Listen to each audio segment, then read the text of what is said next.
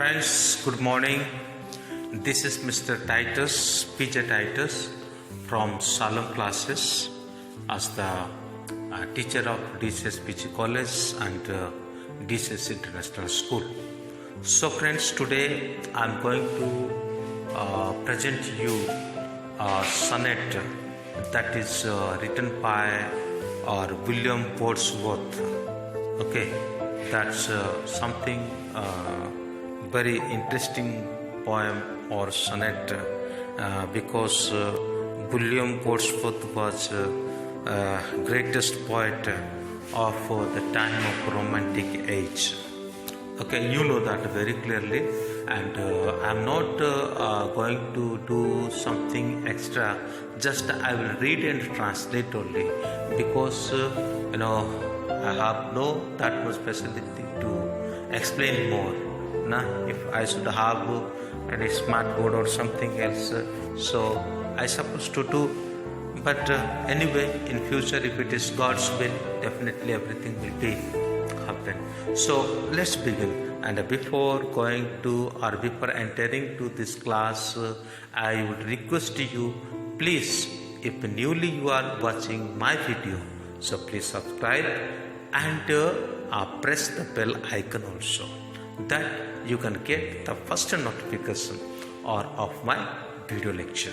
So let's begin. And especially this lecture is for those who are studying in Rajasthan University, BA, B.Ed second year, either BA second year, and English literature, those who are taking English literature for them. Okay, so this video lecture will be in Hindi and English, both languages will be there. I will read, and if you have this book, so you can also use. This is very familiar book, and Professor Jasprit Jain is Professor A.K. Maheshwari written this book is written by Professor A.K. Maheshwari. So you can get it on the market also. So anyway, if you have, so please open this book, and as I read, you also follow the same pattern and you try to understand what I am saying. Okay, let's begin. So first of all, we will discuss about introduction of the poet, name of the poet, and birth date of the poet, and the work of the poet. So we will discuss the poet. If the time is permitting, then we will go to the lesson. Otherwise, this will be first part, and another part will be uploaded after all. Okay, let's begin. Introduction of the poet. So name of the poem is The World is Too Much With Us. Okay, ये संसार बहुतायत रूप से हमारा साथ है, यानी ये संसार को हम जकड़ कर रखे हैं। हम ये संसार के प्रति बहुत लालची हो चुके हैं, ठीक है ना। संसार की जो भौतिकता है उसको प्राप्त करने के लिए हम बहुत लालची हो चुके हैं। ये सभी चीज़ों को वो हमें यहाँ पर समझाना चाहते हैं। William Wordsworth is one of the leading figure of the 19th century romantic movement in England. तो 19th century में जो romantic movement इंग्लैंड में चल रहा था, और उसी समय का एक greatest and leading figure के रूप में ये William Wordsworth जो आगे आ चुके थे. Okay, so Wordsworth was born at Checkermouth in Cumberland on 7th April 1770.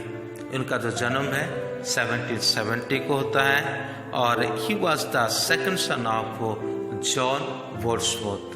John Wordsworth का ये दूसरा बच्चा है, और एक समय ऐसा हुआ कि वो अनाथ हो गए और वो अपनी चाचा के द्वारा देखभाल किए गए. तो साथ ही साथ इनके जो स्वभाव के बारे में ऐसा कहा जाता है कि he was a moody stiff and violent temper. Okay, ये बहुत थोड़ा गुस्सालू मतलब व्यक्ति थे, but every critical of his conduct, लेकिन उसका जो कंडक्ट है, उसका जो क्रिटिक है, ये बहुत महत्व रखता है। While a boy he was an eager to reader. Okay, when he was a boy he was very eager to read books and he was very eager to collect books and notes. He was reading many books, but he says that so his inspiration not from the book, even he has studied many books, but his inspiration that was from the nature. हालांकि वो बहुत book पढ़ रखे हैं, लेकिन ऐसा वो कहते हैं कि उनके जितना भी प्रेरणा उनको मिला है वो बुक से नहीं बल्कि प्रकृति से उनको वो सारा इंस्पिरेशन मिला है। तो इन अक्टूबर 1787 he went to St. John's College, Cambridge, and although he paid very little heed to his surroundings, he records many of the charms of the university. तो पढ़ाई के लिए वो सेंट जॉन्स कॉलेज जो कैम्ब्रिज में है वहीं पे जाते हैं। Okay, he goes there and he studies there and he didn't pay more attention to the college, but when there is opportunity to say something, when there is opportunity to write something, okay, so he is saying very charmful thing for the college. जब वो college में पढ़ने गए, जिस college में Saint John's College जो Oxford में था, और ये समय जो है और 1787 की बात है, ज़्यादा कुछ विषय के प्रति उन्होंने ध्यान नहीं दिया, लेकिन जब मौका मिला उनको अपनी कॉलेज के बारे में कहने के लिए, तो बहुत ही अच्छा प्रेजेंटेशन अपनी कॉलेज के बारे में वो देते हैं और अपनी यूनिवर्सिटी के बारे में वो देते हैं। Even in this year he was meditative and charmed by the beautiful sense of nature. तो इस समय पर वो नेचर को ऊपर भी विशेष ध्यान केंद्रित कर रहे थे। ओके, प्रकृति के ऊपर भी वो विशेष अपने ध्यान केंद्रित कर रहे थे और प्रकृति का जो सुंदरता उसका गुण बखान वो किया करते थे। His deepest sympathies were with the simple life of the country. Gradually his mind became vast. When his life started, he was just like a village man. Okay, his thinking and his attitude, that was something like village man, but gradually that expanded.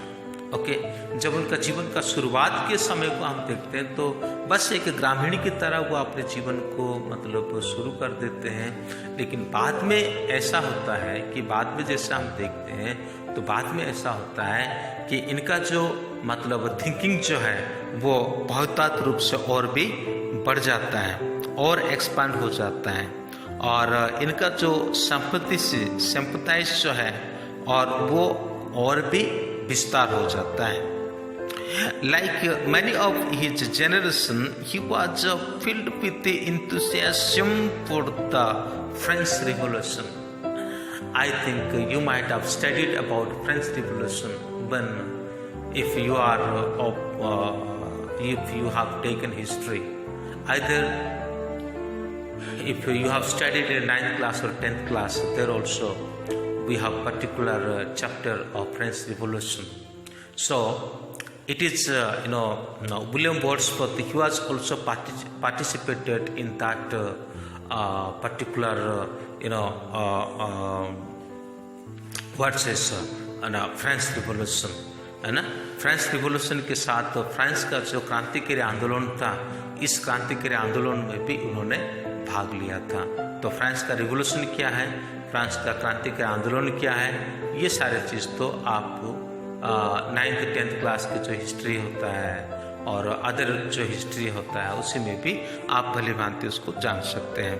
So after taking his degree he recited more than 1 year in French. Okay, जब उसका पढ़ाई पूरी हो गया, पढ़ाई पूरी करने के बाद लगभग ये मान के चले 1 साल, है ना, 1 साल से थोड़ा अधिक समय हो सकता है, वो फ्रांस में रहने लगे। और फ्रांस में रहते रहते फ्रेंच रिवॉल्यूशन के ऊपर एक लेख भी उन्होंने लिख लिया। सो as he was residing there, he started to write something about French Revolution, and what is the writing that I will read you. So जो राइटिंग उन्होंने लिखा है फ्रेंच रिवॉल्यूशन के ऊपर वो क्या था, please it was in that town to be alive but to be young was very heaven.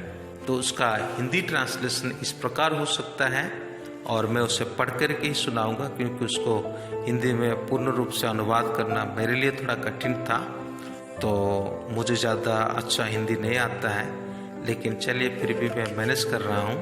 तो मैं आपके लिए वो पढ़ रहा हूँ कि उन्होंने आखिरकार क्या लिखा है।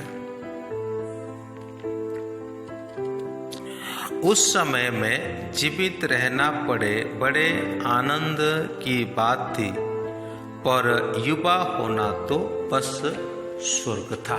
यह उनका लेख था जो फ्रेंच रिवॉल्यूशन के ऊपर उन्होंने जो लिखा था। फिर उसके बाद इन 1797 he got a friend and he become friend with Coleridge। 1797 को वो कॉलरिज के साथ तो उनका दोस्ती बढ़ जाता है, और इन 1798 में एक स्मॉल वॉल्यूम और एंटाइटल लिरिकल बैलेड्स, ये कंटेनिंग पोएम्स जो है ये दोनों फ्रेंड्स के द्वारा लिखी हुई पोएम्स वो उस समय फैल जाता है। और after making a tour Germany with Coleridge, फिर उसके बाद वो कॉलरिज के साथ जर्मन में टूर करते हैं, और उनका जो जर्नी पूरा हो जाता है, और जर्नी जैसे पूरा हो जाता है, पूरा होने के बाद ही want to reside in Grasmere और removing to Allan Bank in 1808। फिर उसके बाद वो इसी जगह पे जाकर के और रहने लग जाते हैं। तो ऐसे समय पर तीनों दोस्त, कुछ दोस्त तो उनके पास आते थे, मिलते थे और चले जाते थे। उनके दोस्ती जो है और बहुत ही गहरा रूप में था, और ये दोस्त समय समय पर मिलते थे, और इसीलिए उनको एक प्रकार का पोएटिक स्पिरिट भी कहा गया। ठीक है ना, एक प्रकार की पोएटिक स्पिरिट भी उनको कहा गया। So because of their they are gathered together and get together, and there is a name, this is called the spirit of poetical spirit.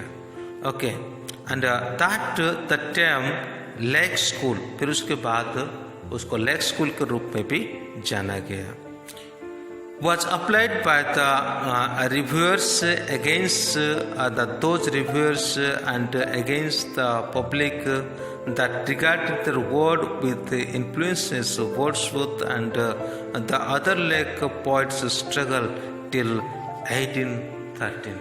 तो इसी जो ग्रुप में जितने भी पोइट थे, है ना, almost they have struggled up to 1808। Okay, they have struggled up to 1808। So what kind of strugglings are there, and when we study the history then we can understand। लगभग 1808 तक इसी group के जो poets थे वो काफ़ी संघर्ष करे थे, काफ़ी मुश्किलों का सामना करे थे, बट लेकिन एक समय आता है और 1813 के बाद फिर उनका जो समय थोड़ा अच्छा चलता है। Okay, after 1813 the time has been changed and the group of Wordsworth disciple and those who were thinker like Wordsworth, and those who were accepting the thinking and the thoughts of Wordsworth, they were found and they were recognized by the people, and little bit their thinking and thoughts that began to grow. Okay, so in 1813 Wordsworth settled at Rayat Mount, which continued to be on his residence until his death. It was a particular place, the name already I told you, and Rayat Mount. तो इसी जगह पे वो अपनी मृत्यु तक और वहाँ पे वो रहे, वहाँ पे ही उन्होंने अपना निवास स्थान को बनाया। जब तक वो मृत्युवरण किया तब तक वो वहीं पर रहे। He held for some time the office of distributor of stamps for the country of Westmoreland। तो वो क्या करते हैं कि स्टाम्प डिस्ट्रीब्यूटर के ऑफिसर के रूप में कुछ समय वो क्या करते हैं और वेस्टमोरलैंड में काम करते हैं। In 1843 he succeeded Southey as a poet literature, और जैसे 1843 में पोएट लिटरेचर के वो एक उपाधि को प्राप्त कर लेते हैं। नेक्स्ट टू शेक्सपियर, मतलब शेक्सपियर की तरह Wordsworth is a greatest source of familiar quotation. जो फैमिलियर कोटेशन वगैरह जो होता है कोटेशन वगैरह जो होता है, बहुत सारे कोटेशन को उन्होंने लिखा है। ओके, कोटेशन यानी स्टेटमेंट जो कह सकते हैं हम। Different statements are there, different quotations are there, like Mahatma Gandhi said, है ना, to change India I have changed myself, है ना। तो इसी प्रकार जो कोटेशन है वो कोटेशन बहुत उन्होंने लिखा है। So if you want to know more about that, you can just play in Google that quotation of William Wordsworth, then you can find numbers of quotation there. Okay, so अगर आप ज़्यादा जानना चाहते हैं तो गूगल में search करके बहुत कुछ आपको प्राप्त कर सकते हैं। His most famous poem are the lyrical ballads। उनका जो मोस्ट फेमस पोएम जो थे वो लिरिकल बैलेड्स था। The preludes odes on the intimation of immortality from reconciliation of early childhood and sonnet, इस सभी जो लेख है, इस सभी जो पोएम है, ये बहुत प्रसिद्ध था। तो प्रोफेसर जसवीर जैन इस प्रकार लिखते हैं, है ना। So left an orphan at 13, Wordsworth was brought up by an uncle. तो जब वो 13 इयर्स की उम्र में थे और तभी ही वो ऑर्फन हो गए थे, तभी ही वो अनाथ हो गए थे, और लेकिन वो अपने अंकल के द्वारा वो पले बड़े थे और उन्हीं के द्वारा ही और उनका जीवन यात्रा शुरू हुआ था। He started his career as poet in 1793। 1793 में वो एक पोएट के रूप में अपने करियर को शुरू किया था। It was the publication of the lyrical ballads in 1798। फिर लिरिकल बैलेड्स का जो पब्लिकेशन है 1790 को हुआ था।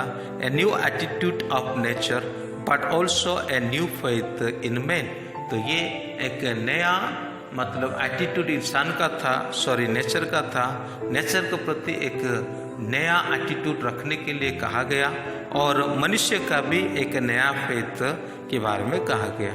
द पोएम्स कोलाबोरेटिव और Pursued by Wordsworth and Coleridge used language and meter differently from manner it had been handled by most of the 18th century poet। उन्होंने जो लैंग्वेज का इस्तेमाल किया, ये सारे लैंग्वेज जो है ये खास करके 18th सेंचुरी के जो पोएट जिस प्रकार लैंग्वेज को इस्तेमाल किया करते थे, ये सारे लैंग्वेज को ये लैंग्वेज मीटर को उन्होंने इस्तेमाल किया। सो फ्रेंड्स, आज मैं सिर्फ पोएट का परिचय ही बताया और नेक्स्ट वीडियो में मैं इस पोएम का परिचय के साथ साथ इस पोएम का समरी को भी मैं आप लोग के सामने रखूँगा। Thank you. may God bless you।